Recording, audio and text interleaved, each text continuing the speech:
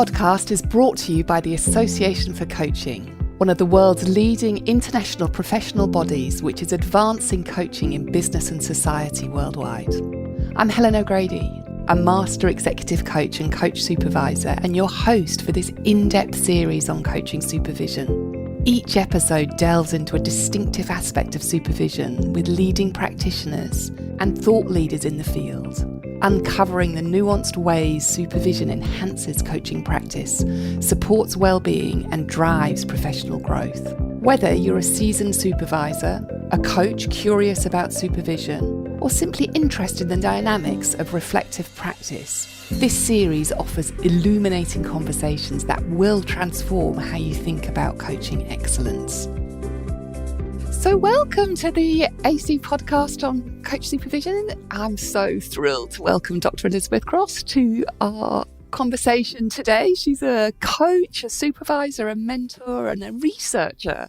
And we're going to kind of be digging into some really exciting depths, I think, of coach supervision. But I know that you have come from a slightly different background and a different approach. So how would you like to start, Elizabeth? Well, firstly, thank you. It's so lovely to be with you today and this group.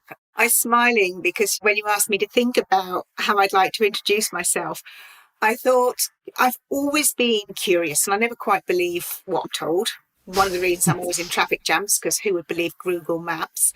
And I think it's that blend of curiosity, and this is where I can't say the word. Skepticism. That's the word I want. And straight away you're seeing my dyslexia and dyspraxia come in, because I say with my neurodivergent brain, I see the world in a sort of different way, I think, to people around. And I think partly that and my curiosity has absolutely fueled my passion for learning, which is at the heart of who I am, and also being so privileged to do what I do. And I think one of the things, even as we're thinking about today and sharing the research, I thought I don't want to be a thought leader. I want to be a thought provoker. And even as we move through wherever we go today, my invitation to whoever is listening is bring your own curiosity. What I say is just one way of looking at the world. It's not the truth. It's a truth. So today is a good chance for you to start to think about your own thinking. Reflect on how you're making sense of things. Perhaps as we talk, there might be some tensions or turning points. But as we do that, that's where we get those transformational learning. I love it. I already can hear that parallel process with coaching when we want to provoke people's thinking rather than leading them to a particular way of thinking. So I'm really looking forward to this conversation. I think our listeners will get lots from it by, as you say, holding on to their curiosity, which is very much at the fundamental, isn't it, to coaching and both coach supervision. So we've talked a little bit about your research. Do you want to tell us a bit more? I know you've researched lots of things, but the aspects that you think are relevant for coach supervision. Maybe, Helen, it'd be helpful to do a little bit of context to where this came, because, again, I'm a storyteller. And I love that quote from Alice when she says, please, would you tell me which way I should go to hear from the Cheshire Cat, who responds, well, it depends a great deal of where you want to be going. And Alice says, well, I don't really care where. And the Cheshire Cat goes, well, then it doesn't matter which way you go. And I love that quote because I think that's so relevant to my research. And I'm sure you've experienced this, Helen, as a supervisor, a mentor, as an educator, and as a coach myself. I think so often we're grappling with this question about how do I become a better coach? What do I do next for my development? If I'm working in supervision, what am I wanting to get from my supervision? And there is a real lack of clarity. I think when we start out and we do our foundational training, that the route seems fairly clear and defined. And the credentialing pathways of the professional organisations also provide some guidance. But I don't know about you, but I know that my own approach was quite ad hoc. And actually, being a researcher, I always look for the evidence. There's research evidence into this. And certainly, often for coaches, our journeys are very ad hoc. And I know I've done some incredible development, things for my own personal and professional development. Some of them have been planned, some serendipity. But there's others. And I just think, oh gosh, I could have spent that money on a good holiday. So it's a very long introduction. But I just thought, why did I do this research? And that's what it was all about. So about coach development and what is the evidence around coach development? Yeah, so it was more about sort of a huge question about how do we make sense of coach development? And I nailed it down to thinking about, I wonder what coaches' views are on coach development and what we can learn from that. So that's where it all started out. And that's basically what I was exploring. And we'll get into this in a minute, but I think what came out of my research was what I've called a typology of decision-making strategies, because this is what I'm interested in, is just getting people to think about how can I take a more informed approach that really is taking into account my own context, unique needs, what I've done before, where I want to be going. So what I found were 3 distinct lenses on developmental strategies. And I'm sure there are probably more. And I think if another researcher had been looking at my data, they might have interpreted it in a different way. But that was the main findings of what was coming out of my research. I'm going to put you on the spot and ask you to just share, if you might, briefly the 3 strands that you found. Well, I love alliteration, and we've already discussed I've got a memory of a flea, so I had to have something easy to remember. So there's sort of 3 developmental strategies, which the first one is what I've called, because they happen to be A, B, C, but in a different order. So the first one is the craft of coaching. And from this strategy, there's a focus on building professional capability. And Helen, what I'll do is define my meaning, or how I say professional capability, and listeners think about your own, because it's your own. So for me, capability is all about knowledge and skills and our competence.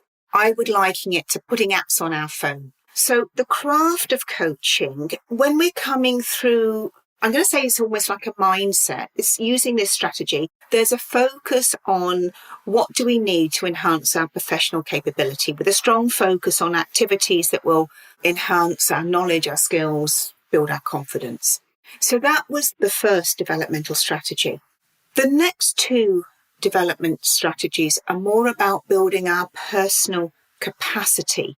And when I talk about capacity, what I'm talking about here is our ability to manage complexity, deal with uncertainty. It's almost like how we're navigating life with more skill. And, if you're thinking of the phone analogy, it's when we upgrade our system.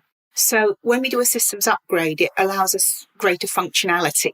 So the being of coaching focuses on developing personal capacity by prioritizing self-work. And again, we're going to get into supervision, because in all of these lenses, of course, supervision sits across them all. It might be the type or how much, but this is the type of supervision and other type of interventions that really focus on enhancing our self-awareness and how are we working with more authenticity. A lot of coaches I talk to for this, in some of the deep work might be when we do therapeutic work, for instance, or yoga or that part. And then the third lens again focuses on building personal capacity. But whereas I think the being of coaching focuses more sort of almost how do we develop by looking inside, this lens, which I call the art of coaching, focus it more through looking outside. It's how are we developing through our work in developing others. Now, again, you beautifully said at the beginning, as coaches, we're always developing others. So, there's a little bit of each of these in all 3, but it's where is the priority? So this is the lens where I might be prioritizing training as a supervisor, training as a mentor coach, maybe doing research or some writing, or sitting on a board of a professional body. So in a brief way, those are sort of a very high level of the 3 lenses, if that's painted a little bit of a picture for you. That's a great picture. I'm noticing you're using the word lens. And I quite like that, because it's then a choice, isn't it, around which way we're looking, but also potentially we could stand back and look through all 3 lenses simultaneously. Absolutely. And is there a rationale for the order that you have described them? Because I'm kind of hearing that might make sense, but I'm also suspecting that it's more complex and grayer than that. Yeah. And in a way, I know when we chatted, you said, oh, what surprised you? And it's sort of, I think it links with that, because when I started this, I realised that I'd made the assumptions, very much influenced by, I think it was Clutterbuck and Menison, I've pronounced his name incorrectly, quite a while ago, with this concept of sort of coaching maturity and this idea that it's quite a linear journey. And you'll see that in other people's writing. I think Louise Shepherd talks about it too in her research on coaching supervision. And that sort of model draws very much, I think, on some of the adult development theories. And this is where my curiosity and the word that you could pronounce, I couldn't, skepticism. I've always sort of wondered a little bit about that. But what came out of my research is that these strategies are much more dynamic, a lot more iterative. And for me, I see our developmental journeys as, almost more of a spiral. It's not a linear journey. It depends on our context. It depends on our past experience. It depends on what is going on. So that was something that surprised me and just made me think a little bit more about it. I think you're right. There is so much in people's brains like that linear, okay, I do this, then I do that. And that structure that I think when we're learning to drive and learning to do anything else, we quite like. But actually, as you say, when you think about double and triple loop learning, they are described in that cyclical way of doing things. And I wonder as well whether people's kind of what they've coming into coaching or coach supervision, like their background and their learning, whether they might have a particular preference through a specific lens, depending on where they've come from. I'm also a pragmatist. So you sort of think about the so what. So how might this be useful? And because I think all these lenses change all the time, and sometimes we might not particularly say, I'm completely this or I'm completely that, but it's sort of most where I'm most. I think for me, this is about having a conversation. So we start to listen to where people are and have an exploration about where are you on your journey right now? What is it that you are looking for? For me, I'm quite structured. So probably about the beginning of every year, it's quite, what's it going to look like? What's the shape this year? So I think this is more about having a conversation to perhaps be informed by what are the type of challenges people are wanting right now. And I'm going to give a specific example. And it's something that's just hit me because at the moment I'm supervising 3 coaches who are in the process of applying to upgrade a professional credential. And what I was just really curious about, because of the theme of all 3 of those conversations, that the coaches were coming to it because they were exploring feelings of lack of confidence. Am I getting this right? And there's that curiosity again, because these are experienced coaches. And I think what had sort of, because they were going through the credential and they were getting feedback on their practice and they were looking specifically at how do I evidence this competency in practice, that then moved them very much into that craft of coaching. And again, it's not right or wrong. It's just about what's noticing. I know when I was doing my doctorate, as I was going through things, I very much see the sort of lens I tend to hold, I would say more in that art of coaching.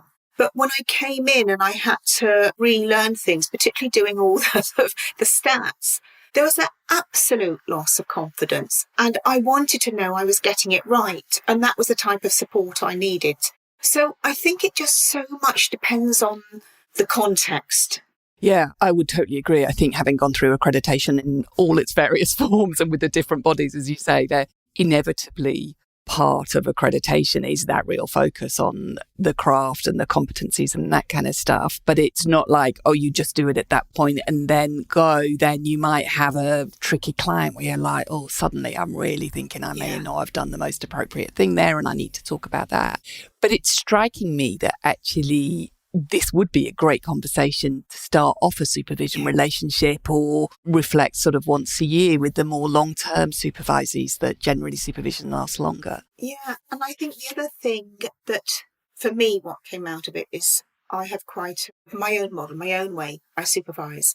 But my first supervisory conversation is very much what I'm wanting to do is not just understand the coach in where they are and seeing their development, but understand how they make sense of coaching as well. What does coaching mean to them? What's the definition of quality coaching? Because I think part of how we understand quality coaching, that if we think about it as a map, that sort of almost informs where we're wanting to go. I'm going to make an assumption here, Helen, because I know that what I thought was good coaching, and this tells you how long I've been in the business because it was nearly 30 years ago now, was very different to how I see it now. Yeah, likewise. So I think in these conversations, what I'm also wanting to understand is where the coach's frame of reference. So that's the way we start to work. And when I'm thinking both through how they approach what my way of making sense of coaching is, what they might be wanting for development, where I am myself, is then having a conversation about, so where might we conclude, well, I can't say the word, collude was the word I want to say. Where might my perspective be a useful, different perspective and offer challenge? Where might there come some road bumps? And so that sort of conversation right from the very beginning. Yeah, and I think it's easy, isn't it, for us unintentionally, both as coaches and supervisors, and a bit like what we think good coaching is, to get a bit stuck, to get a bit comfortable, to just, that's my natural way of being, and maybe have a preference to one particular lens or the other.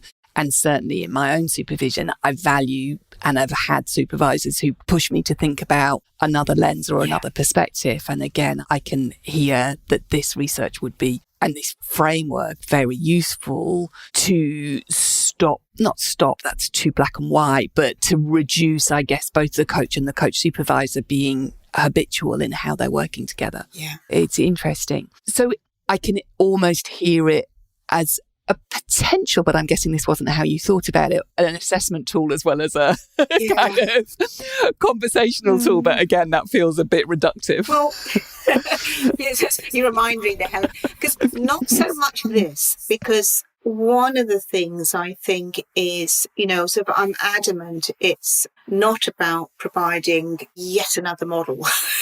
Don't set me off on models. But what I want to invite is just a way to consider how you work and perhaps being more flexible with that greater awareness. But what I did do out of the back of this was to create what I've called the sort of Developmental Mindset Inventory, which is the, fingers crossed, the next paper that's going to be published when I've done all my amendments. And what it was, first of all, I thought, could I take some of the questions I use for research and sort of make it into a sort of questionnaire? But again, I don't want to produce something that is for diagnostic. I want it to be more for exploration. So what this is about is having something that is a series of questions, because what I really want to encourage is just a more holistic approach to how we're recognizing development. That's the way I wanted to sort of use some of this. Again, it's that, how could other people use it? What's the so what factor? And I love that. And, that's about self-reflection, isn't it? Around actually what's my own assessment rather than actually I'm ticking a box and it's being used in a diagnostic way, but to help me with my thinking. For me, I'm aware at times, I've been coaching sort of nearly 20 years, that there are times that I've plateaued. And I kind of knew when I was coaching good enough, there wasn't necessarily anything wrong, but my development certainly had plateaued, and something like that probably would be a really useful way to go, okay, how do I nudge myself into the next stage of development? Have you noticed in your research or since sort of any particular commonalities or themes about, I know you're saying it's cyclical, but about early career coaches, mid, more experienced coaches, or is it much more complex than that, do you think? I think one of the things that has relevance is that I'm going to make a sweeping generalisation, because again, I sort of asked you to, and I know that again, neither of us particularly like that. The research on the figures I've got was from sort of 2009, which suggested that the average age of people coming into particularly sort of what I'm going to call leadership, organisation, or what we might understand as executive coaching, was around 49 years, which I think means that we bring a whole load of professional experience, a whole load of life experience. And this is, again, one of the things I challenge about this concept of coach maturity, because I don't think you can unpick it from like, how are you being in your life? And I think also the background, because some people perhaps will come from a background of sort of psychology or in one of the helping. Some people come from a business background. I've worked with some coaches coming out of training programs, which sends shivers down my spine because they hear the music, they've got the dance, and they've just got the feel. And I've also worked with some really experienced coaches that I just go, oh. Okay. Yep.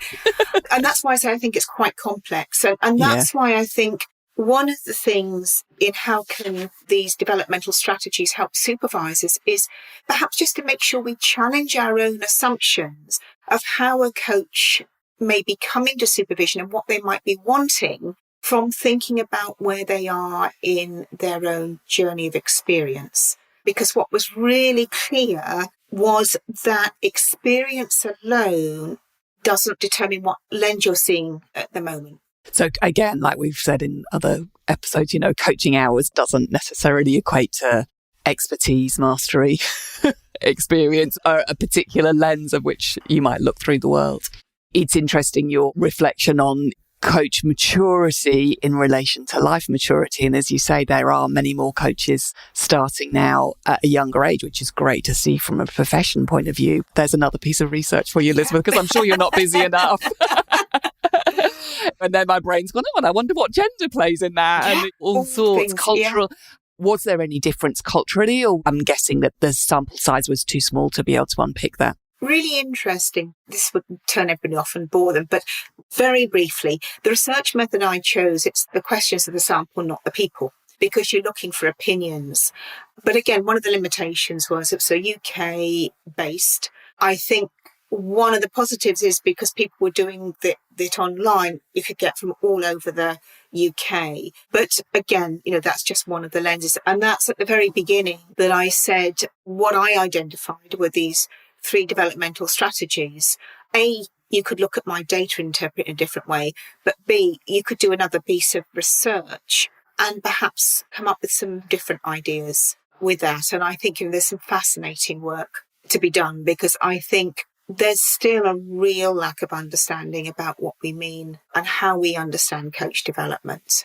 And coaching full stop, again, if you look at the history and where it's come from, it is quite North American, European centric, and there hasn't been a lot of research and evidence coming from other cultural backgrounds. It's increasing, but there's still a lot more to be done, isn't there, which is good.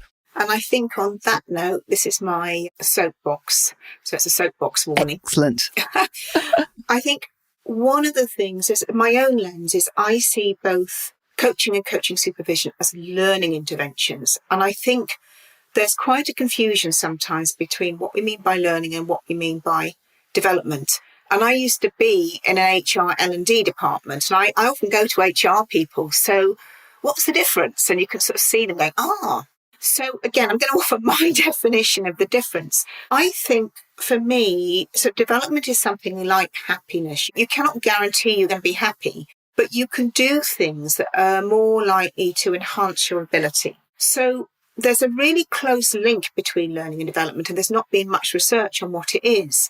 But I think, again, that learning is, again, coming back to this analogy, is a little bit about, when we're putting more apps on the phone, but when we integrate it, we then develop. So in a way, when I'm working with coaches and part of these developmental strategies, it's thinking about what are the type of learning activities that are most likely to enhance your growth. And this is why both myself and my colleague Julia Cardman have been really talking about the importance of personal and professional, thinking about it in terms of CPPD with this. And I think in that, the soapbox came in from what you're saying is when we look at a lot of the adult development theories, they're intuitively sound and they make sense, but there's not a lot of evidence. And the research that has been done is being on North American, generally white, generally management, and quite small samples. And then we're basing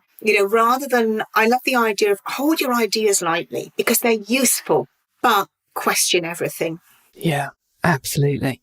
You saying that you think supervision is more of a learning than a development space? Well, this is my lens. Yeah, good. That's okay. So I see coaching and supervision as learning interventions. So my question as a supervisor is, how am I creating that supervisory space that is most likely to foster and nurture the coach's development? Another analogy is like the tree growing. The growth is the development, but it's how we water. What's the sun? What's the soil like? So in a way, it's how as a supervisor am I hopefully creating that, we've got some sunlight, we've got some water, we've got some good soil, so you're most able to grow. So for me, supervision is a beautiful example of a learning activity that truly fosters development because it invites reflection on practice, which is a sort of key element of how we integrate learning. Yeah. And the analogy that I use both for coaching and supervision, which I don't know whether it is related, but it's my perspective around I want to have a useful, helpful conversation, but actually that's not the most important thing. The most important thing is what happens outside sessions because that's where the development is. And I have no control over that, as well as certainly in coaching, no responsibility over that. In supervision, that the responsibility is slightly different. But that's, I guess, what I'm hearing, that within those conversations, we work really hard to create that environment, but actually it's got to be what's happening outside in terms of development. And so when we're thinking about coaching supervision, and we've used supervision quite a lot, so just to be really clear, we have been talking about coaching supervision when we're both using the word supervision. What do you think is the most important thing for coach supervisors to consider in relation to these lenses and the ways that coaches develop? Ooh. So again, this is just my view. It's not what is the most, it's what do I think. I think it's the self-awareness. But one of the things that I've really been inviting and that I want to talk and write about more, because I think supervision needs to be a critically reflective process, not just a reflective process. And, very simply for me, critically reflective means we think more about our thinking. I'm quite cognitive and I'm aware that it's all of it. But I think one of the things is, how are we developing our own ability to think critically? Because something just hit me the other day, there's all this sort of buzz about where AI is and how it's producing. But one of the skills we need to navigate the world today is this ability to think critically. And by this, I mean, it's the ability to understand that we have a perspective, somebody else has a perspective, look at things, question, think about what's the quality of the evidence here, how do I weigh this up, and how do I make an informed judgment? It's a term I've pinched, I think it's from Caxton, who talks about practical wisdom.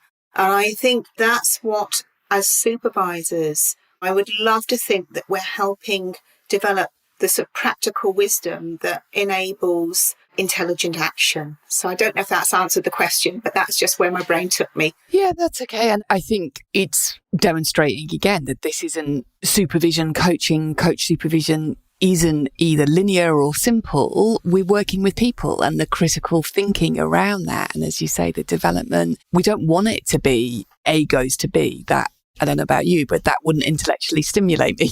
And I think most people, we are driven by that messiness, that understanding, that complexity, the differing views that people have is what makes the richness of life, really, doesn't it? Absolutely. And again, I'm putting you on the spot. I'm sorry, Elizabeth, but my sense is most coaches and supervisors have quite a clear understanding or a clear way of supporting the craft around capability and competencies and that kind of stuff. In terms of the other two, in terms of being and the art of coaching, are there any particular activities or where might they go to improve their ability both with themselves and to support others? For me, I think it always starts with self, and this is the link, I think, when we're thinking about both needing the self-awareness, the reflexivity and criticality. When we think about the being of how I'm being with myself, that's where we're perhaps going with the self work. And some of those, and I think this is where the professional bodies are missing a trick. Because I think sometimes the type of development, like, we might do a yoga or a mindfulness retreat. And I have a favourite question I'm asking to coaches at the moment is, what did you do for your own professional learning and growth that had most impact? And somebody said, I went to do a pattern cutting course, like needlework. So, yeah, I said, oh my goodness, what I learned about myself. But you couldn't stick that on your CPD record. So I think the big question is, what is going to enhance my self-work? And I mentioned my colleague Julia Carden because she's done a lot of actually research and writing. And we did 3 articles in Coaching where, some of the questions perhaps to ask yourself, perhaps the starting point is, what did I do last year that had the most impact? What does that tell me about where I need to be going next? One of my favourite questions is, what does my soul need right now? That's a great question. I love that question. I often ask, what's given you joy? Yes. But actually, that's a different question around. It's possibly a follow-on question of what's given you joy and then what does my soul need? That for me is the being part. And then I think how we develop our own critical thinking is just becoming more aware about. It's part of what we do with coaching anyway. We're all saying, what might you be assuming? But it's thinking about your thinking. And I'm sure people are doing this anyway. But one of the things I find really helpful is I sort of do my reflections. And then at the end of the month, I reflect on my reflections. And I take some key learning. And then every 3 months, I do a reflection on my reflection on my reflection. And that sounds a little bit strange, but I think it's thinking. Sometimes we do an initial reflection, but it's like, how do we get deeper into that? How do we bring perhaps a different lens of thinking about how we are reflecting through different lenses? What are we noticing? And what are the different ways that we are learning? Another really good way to develop your criticality is to choose somebody whose opinions so differ from yours and listen to understand. And just notice what's coming up for you. Notice when you're getting triggered. That's curious. And just as we're noticing these things. It's the willingness, isn't it, to go further than the superficial and sit in the discomfort. Yeah. And you alluded to earlier around potential collusion that can happen with coaches and coach supervisors, not intentionally, but again, we have a bias as humans to choose and work with people who have similar views and look like us, all of that kind of stuff. And actually there's a danger there, isn't there? And there's something really nice about deliberately choosing to work with people who are different. Yeah. And I think just to build on that, Helen, and this sort of slight discomfort, I think that's where the learning edge is. And I don't know how it's been for you, but I think I've learnt the most, and I can almost see how I've developed from times when I have truly and utterly fallen flat on my face. Yeah. So that's definitely the steepest learning. And if I'm going to do the academic jargon, it's almost, sort of Mesro talks about this idea of a transformational learning. And for this to happen, so for me, and perhaps going back to this question about how can we have more developmental learning experiences, they need to be this. He talks in the thing about this distorting dilemma, which I love, but it's basically anything that offers a challenge. It's that wake-up call. It's that time when you're sort of madly emailing or texting your supervisor like 10 o'clock at night saying, have you got any space to see me tomorrow? Because I just need to process this. And I think it's those sort of experience that start to invite us to look at the world differently. And when we process and work through them, and then we start to shift the way we're making sense of things, we shift the way we're making meaning, that's where I think the developmental learning occurs. Yeah, I love it. And I definitely agree. I think it's in the discomfort, and I contract for it, both in coaching and supervision. I don't want this to be too comfortable. And how will I know if this space is too comfortable for you? Because it's not a question we ask ourselves very often, I don't think, around actually what's my level of comfort here. So yeah. Lots of resonance for my brain anyway. As we come to the end of our time, Elizabeth, again, a tricky question, but what would you hope the listeners, coaches and coach supervisors, in terms of key takeaways or things that you really want them, the questions that you want them to be thinking about? I think I'll almost come right back to where I started with that invitation to be curious. As we've been talking today, what resonated, what didn't?